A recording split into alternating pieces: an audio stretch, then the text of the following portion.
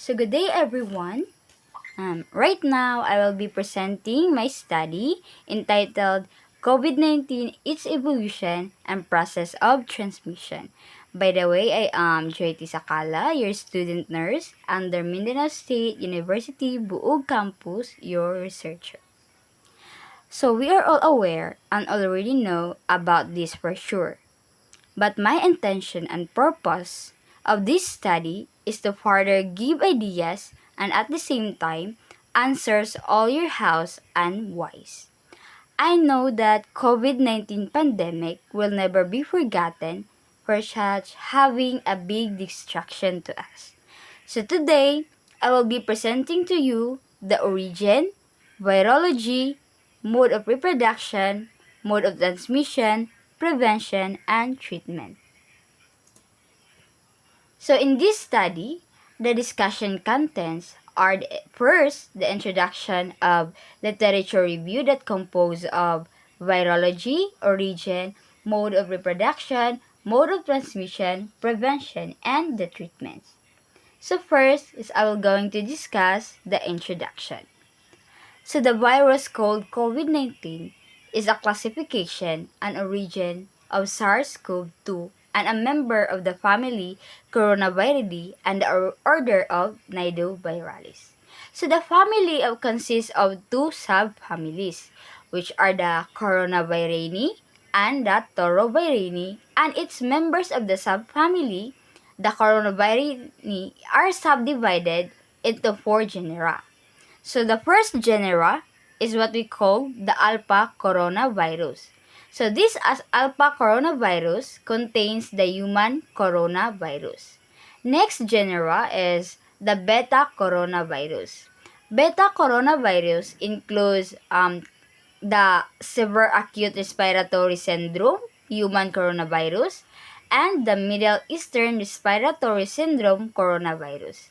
Next genera is the gamma coronavirus. So this genera includes the viruses of whales and birds. Then lastly, we have Delta coronavirus.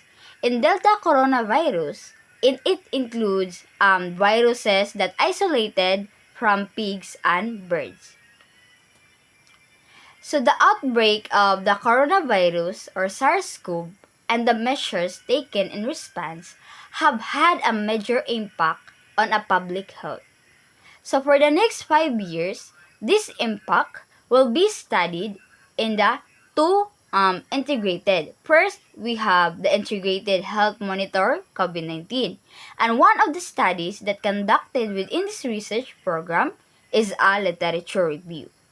And in this study, the Netherlands Institute for Health Services Research, or what we call the NIVEL, and the National Institute for the Public Health and the Environment, or RIVM, are reviewing relevant national and international scientific literature about the consequences of the COVID-19 pandemic for the physical and mental health of young people in the Netherlands that aged to 0 to 25 years.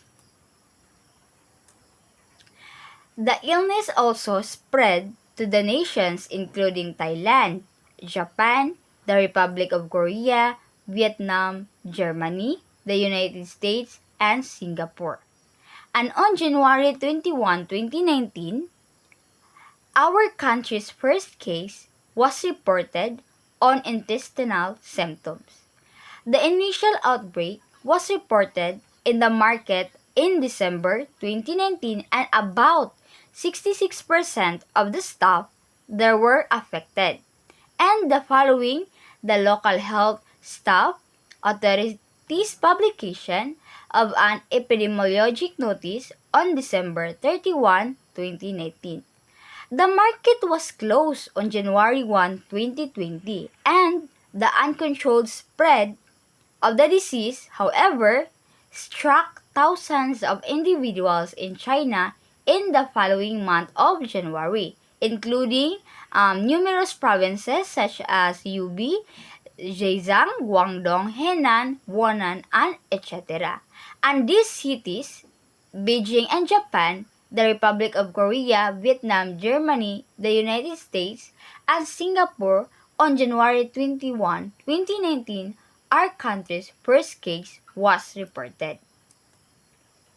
So next, we will going to discuss to you the virology. So the virology is a positive single-strand RNA virus with an envelope in the coronavirus.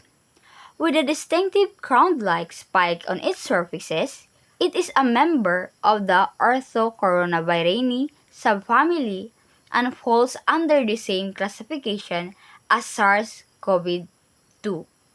But SARS, like COVID and the other beta coronaviruses. And on January 15, 2019, the Taiwan categorized COVID-19 as a fifth category notifiable communicable disease. The genus beta coronavirus has a number of subgroups, and we have each group have slightly different biologic characteristic and virulence. So SARS-CoV-19 and BAT, like CoV, all belong to the Sarbecovirus family, whereas the 2019 nCoV and the SARS-CoV-19 do. So in virology, according to previous studies on SARS, epidemiologic investigation, their natural reservoir is BAT. The 2019 nCoV's origin or natural host is unknown, though it may arise from a type of wild animals in the net market. Then, the origin of COVID-19. Nea-like disease caused by the SARS-CoV-2, which emerged in Wuhan, China in December 2019 and is currently circulating throughout the world. The positive sense envelope RNA virus is genetically different from the previously known coronaviruses such as SARS-CoV-1 and Middle East Respiratory Syndrome coronavirus. Immediately after its first outbreak in China, this first-time virus has emerged as one of the deadliest human pathogens in the last 100 years after the Spanish flu. The SARS-CoV infection has become a public health challenge worldwide, and thus the World Health Organization or WHO has declared this disease as a public health emergency of international concern. So the mode of reproduction. Are you wondering about the mode of reproduction of coronavirus? Well, coronavirus is now a global concern that spread out to 213 countries or territories as of September 15, 2020. More than 25 million population have been infected so far worldwide, of which more than 933,720 are died. Consequently, the World Health Organization has declared it as a pandemic and suggested countries to take aggressive measures to reduce new infection. So given no treatments or vaccines available for this virus, countries are now imposing numerous non-medical measures to reduce further infections, which include restricting people movements, banned international and local travels, quarantine, and isolation.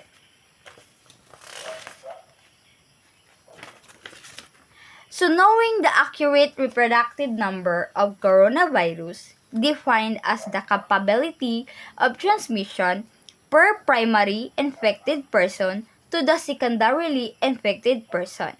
It is significant for various reasons, including to assess epidemic transmissibility and to predict the future trend of spreading.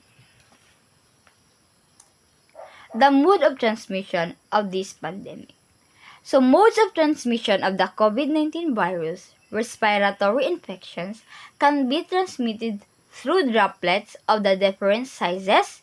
When the droplet particles are in diameter of 5 to 10, they are referred to as respiratory droplets. And when they are less than 5 in diameter, they are referred to as droplet nuclei. According to current evidence, COVID-19 virus is primarily transmitted between people through respiratory droplets and contact routes. In an analysis of 75,465 COVID-19 cases in China, airborne transmission was not reported. Transmission may also occur through fomites in the immediate environment around the infected person.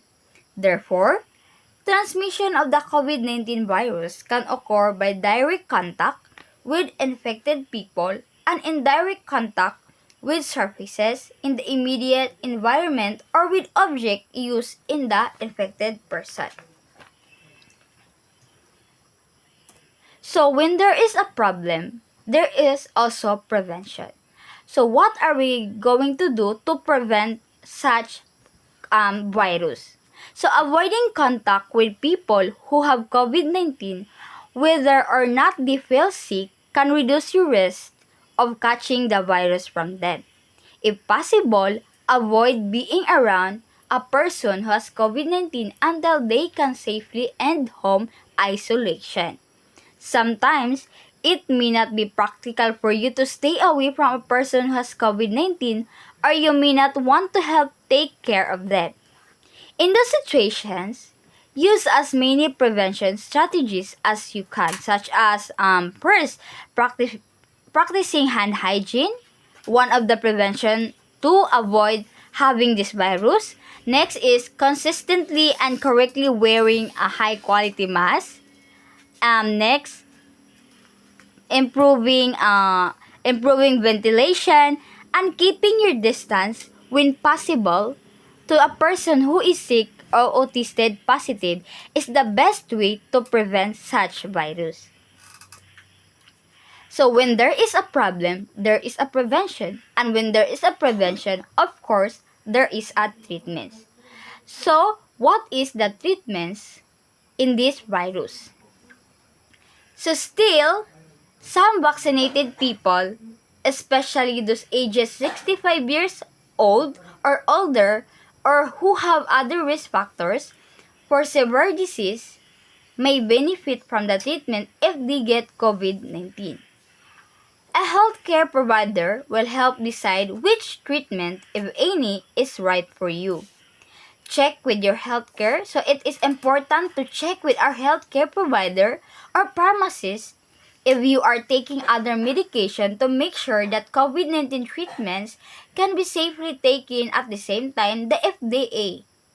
Because FDA has authorized antiviral medication to treat mild to moderate COVID-19 in people who are more likely to get very sick. Antiviral treatments target specific parts of the virus to stop it from multiplying in the body, helping to prevent severe illness and death. So this could include medication to treat the virus, reduce an overactive immune response, or treat COVID-19 complications. So as what I have discussed earlier, so those are the treatment, the ideas, the knowledge about the evolution and the process of transmission of COVID-19. We are aware that it has its origin, the mode of reproduction, its mode of transmission, and the ways to prevent such virus and the treatment of that virus. So thank you for listening and spending time in this study, and good night.